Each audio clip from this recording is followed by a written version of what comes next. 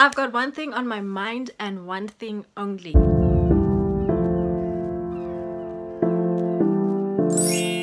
I finally finished Blood Legacy, and that is what we are going to get into today. Super excited to have you guys here. Oh my goodness, the betrayal in this show, they really did a great job. Well constructed, because there was a lot of plot twists and things that I did not see coming on a personal scale. First thing that I noticed, it was like 20 episodes. I'm used to Buma 6 episodes. Normally when I watch things on Netflix, I was like, it's gonna be interesting. Big ups to the actors as well, a star-studded cast, veteran actors, and rest in peace to Mama Connie. Prior to finding out that this was another series created by Gambit Films. These are the creators of Blood and Water and Unseen. I'm becoming familiar with the way in which they do things now. Like, they have a signature style in terms of like the production and how things are constructed. This is also another adaptation from a Mexican series, Monarca. But let's confirm together, ne? So that I don't mislead. Monarca.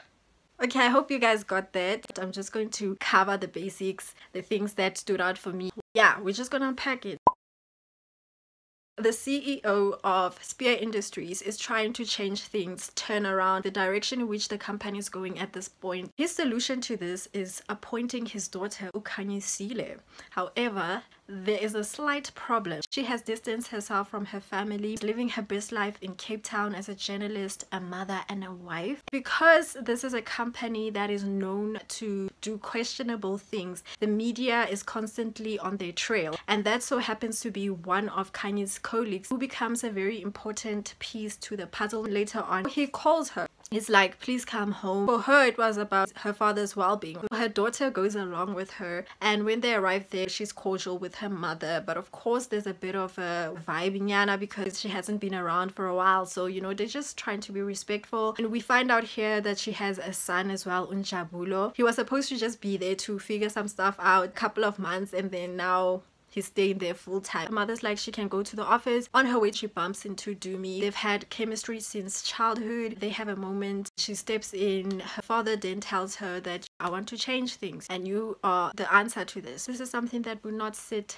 well with her older brother. He's been working in the company alongside his father, so he feels like this is my chance. Unfortunately, that's not the case though. He set out to make things difficult for his sister along the way. In Spear Industries, they supply sugar, some construction work, and they also own some hotels, which is managed by the younger brother, who has like a secret life away from the public, and his wife is aware of this, Ukabisile. This lady, she stands on business, but in a way that's frustrating. We'll come back to her. So Zakhele doesn't get along with his father at all, as opposed to his sister Utuli, who's more supportive. She has this obligation of taking care of her father. They had a cute relationship. Unjabule looks up to his uncle. He sees him as his father figure, which is ironic from his side because it doesn't seem like he holds his father to the same standard. Something unfortunate happens that causes Kanye to take on this role. Before this, her husband is not for it. Her daughter's like, I want to come with you, and then